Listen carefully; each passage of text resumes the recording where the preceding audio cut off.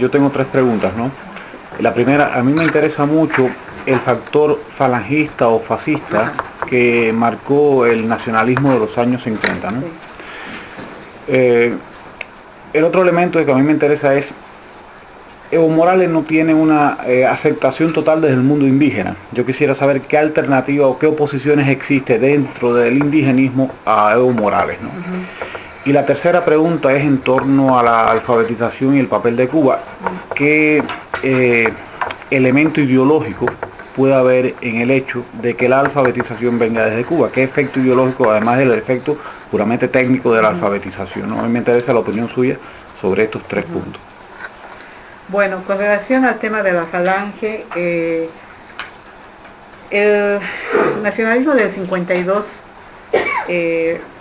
se planteó un discurso muy anticlerical, ¿no? Que en algunos momentos también bordeaba discursos más radicales, más socialistas, ¿no? Más comunistas, ¿no? Y entonces, bajo estos argumentos fue creando una oposición en las clases medias, urbanas sobre todo, que se vieron arrasadas por el proceso revolucionario, pero al mismo tiempo vieron que, digamos, desde otros puntos de vista, era un proceso que tendía a estancarse. O sea, en las clases medias creó tanto temor como frustración, ¿no? Y el temor derivó en que grupos importantes de la clase media, ya el año 57, por ejemplo en La Paz, en una elección que hubo, impusiera su votación a favor de la Falange Socialista Boliviana, ¿no? Que era un grupo muy vinculado a la iglesia, que era muy conservadora en ese contexto, ¿no? Clases medias y sobre todo estudiantes universitarios, ¿no? Ahora, ¿cómo se explica lo de los estudiantes universitarios alineados más bien hacia grupos conservadores? Porque el nacionalismo del 52 generó una serie de prácticas a través de la mediación sindical, ¿no? De ocupación de las universidades para forzarlas, ¿no? A involucrarse con el proceso político, ¿no? Para cambiar sus programas, etcétera, etcétera, y para ser sometidas al control social de estas organizaciones sindicales, ¿no? Entonces, eso creó una reacción en el mundo universitario, una reacción que derivó en su adhesión a la Falange Socialista Boliviana, ¿no? Fíjense lo que ha pasado recién, hace un par de años en Sucre, en la capital de la República, ¿no?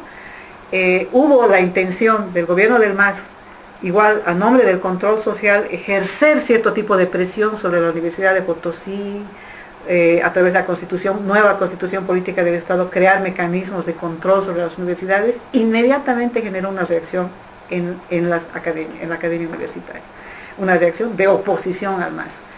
Su expresión más terrible fueron los episodios que se sucedieron en Sucre, cuando universitarios salieron a las calles a atacar a indígenas de una manera pero inmisericordia, ¿no?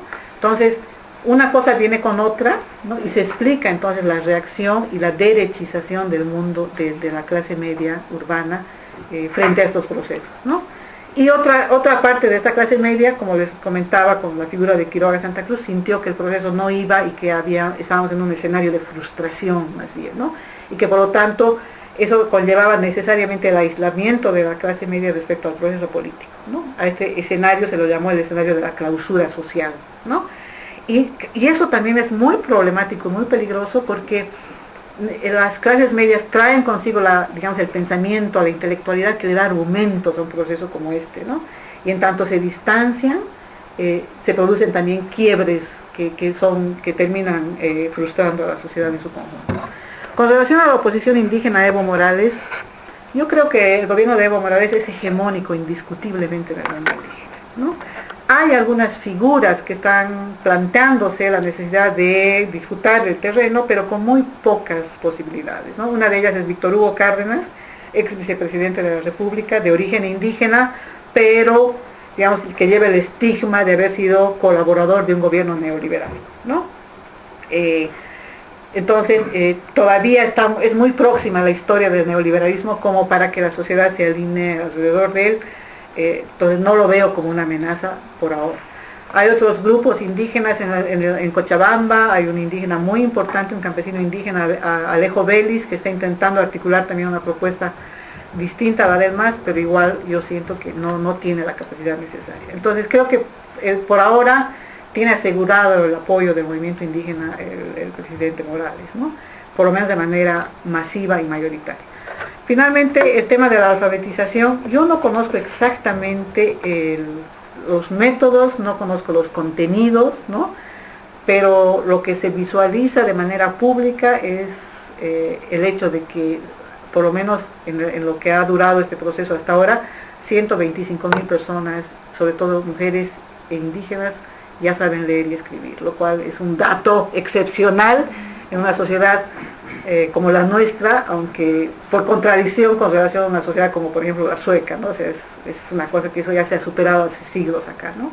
Pero allá es excepcional, ¿no? Y que se elimine el analfabetismo en los próximos meses, como parece que va a suceder, está mostrando de alguna manera la efectividad del método cubano, aunque, reitero, no lo conozco muy cercanamente.